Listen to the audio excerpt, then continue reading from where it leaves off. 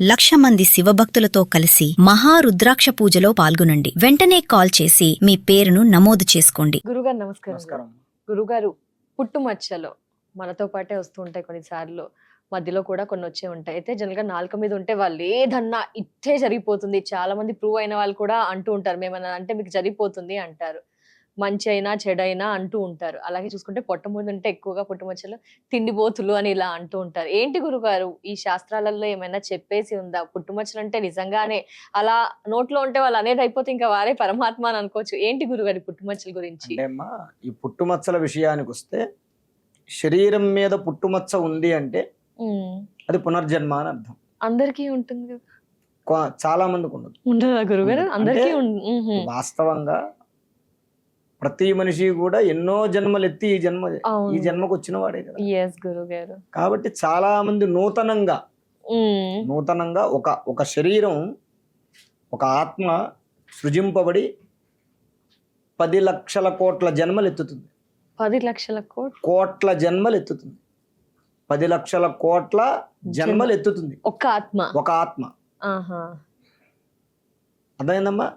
అయితే అలా ఇంకో జన్మ అలా వచ్చేసరికి ఆఖరికి కోతి జన్మ వచ్చిన తర్వాత పురాకృత కర్మ ప్రారంధము చేత మనిషి కోతి జన్మ తర్వాత మనిషి వస్తాడు.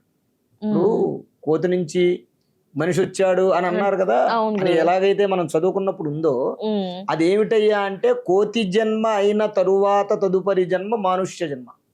కోతి తర్వాత కోతిని ఇప్పుడున్న కోతులు ఉన్నాయి. ఇప్పుడున్న కోతుల్లో ఏ కోతైనా మరణిస్తే వచ్చే జన్మ మనిషి జన్మలాగా జన్మిస్తుంది. ఇన్నాళ్ళు కోతి నుంచి వచ్చాము అని అనుకుంటాం కానీ అదనమాట. అందువల్ల మనకి కోతులకి కొద్దిగా లక్షణాలు కొద్దిగా దగ్గర, అంటే పక్క జన్మ కాబట్టి, వెంటనే ఇమీడియట్లీగా ఉన్న జన్మ కాబట్టి కొద్దిగా మనకి ఆ లక్షణాలు అనేటటువంటి మనకి వాటికి కొద్దిగా తేడాగా కొద్దిగా సంబంధం ఉంటుంది. దీంతో పాటు కొన్ని కొత్త ఆత్మలు ఉంటాయి. ఈ 10 లక్షల కోట్లు అయిపోయిన తర్వాత ఈ ఆత్మ నశించిపోతుంది, పరమేశ్వరుల్లో ఐక్యమైపోతుంది. మళ్ళీ కొత్తగా సృజించినటువంటి ఆత్మలు ఏవైతే ఉంటాయో అవి పుట్టినప్పుడు, ఏదో మనిషిలాగానో ఇంకోటో పుట్టినప్పుడు వాటికి శరీరం మీద పుట్టుమచ్చలు. శరీరం మీద కొంతమంది మనం చూస్తూ ఉంటాం, ఒక్క పుట్టుమచ్చ కూడా లేదండి అంటూ ఉంటాం. అవునా గురుగారు? అలా ఒక్క పుట్టుమచ్చ కూడా లేదని అంటే గనక వాడిది కొత్త జన్మ. అదనమాట. వాడి సిమ్ కార్డుకి అది ఫస్ట్ ఫోన్ అని అర్థం అనమాట.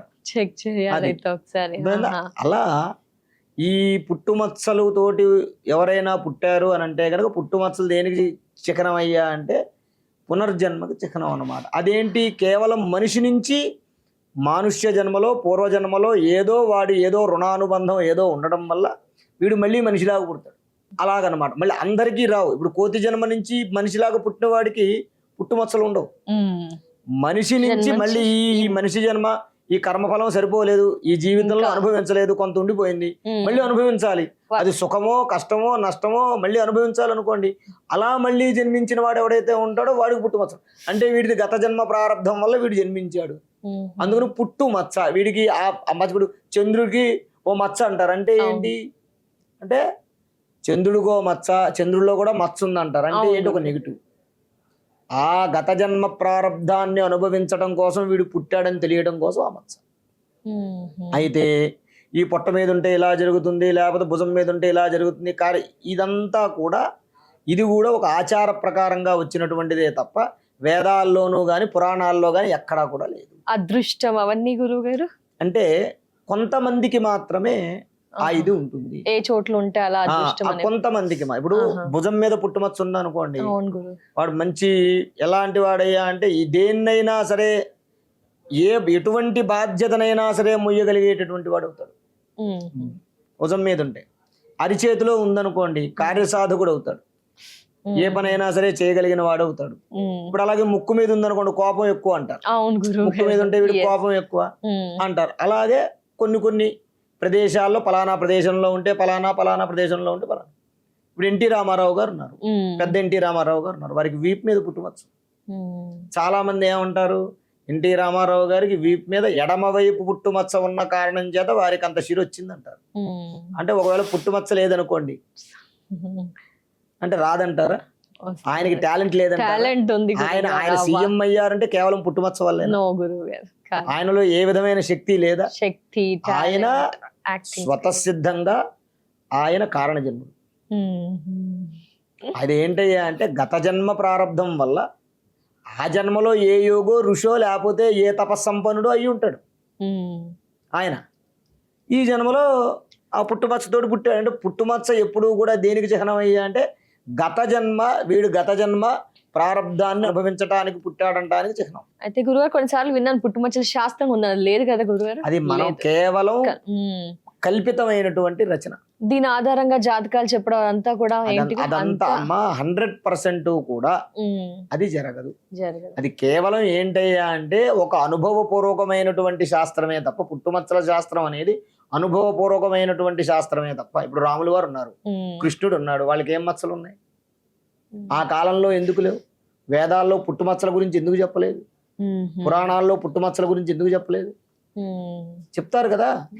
మరి అప్పుడు లేనివి ఇప్పుడు ఎందుకు వచ్చాయంటే ఇవన్నీ కూడా లౌకిక పరమైనటువంటి శాస్త్రాలు. అంటే ఇవేంటి? ఓ పెద్ద మనిషి అనుభవం అంటే దాని మీద ఒక రీసెర్చ్ చేయటం. వీడికి ఫలానా చోట పుట్టుమచ్చ ఉంటే వీడికి ఇది ఇలా జరిగింది కాబట్టి, వీడి జీవితంలో ఇలా జరిగింది కాబట్టి ఇక్కడ పుట్టుమచ్చ ఉంటే ఇలా జరుగుతుందని చెప్పి అలా ఎవరో పెద్ద మనిషి రాసుంటాడు.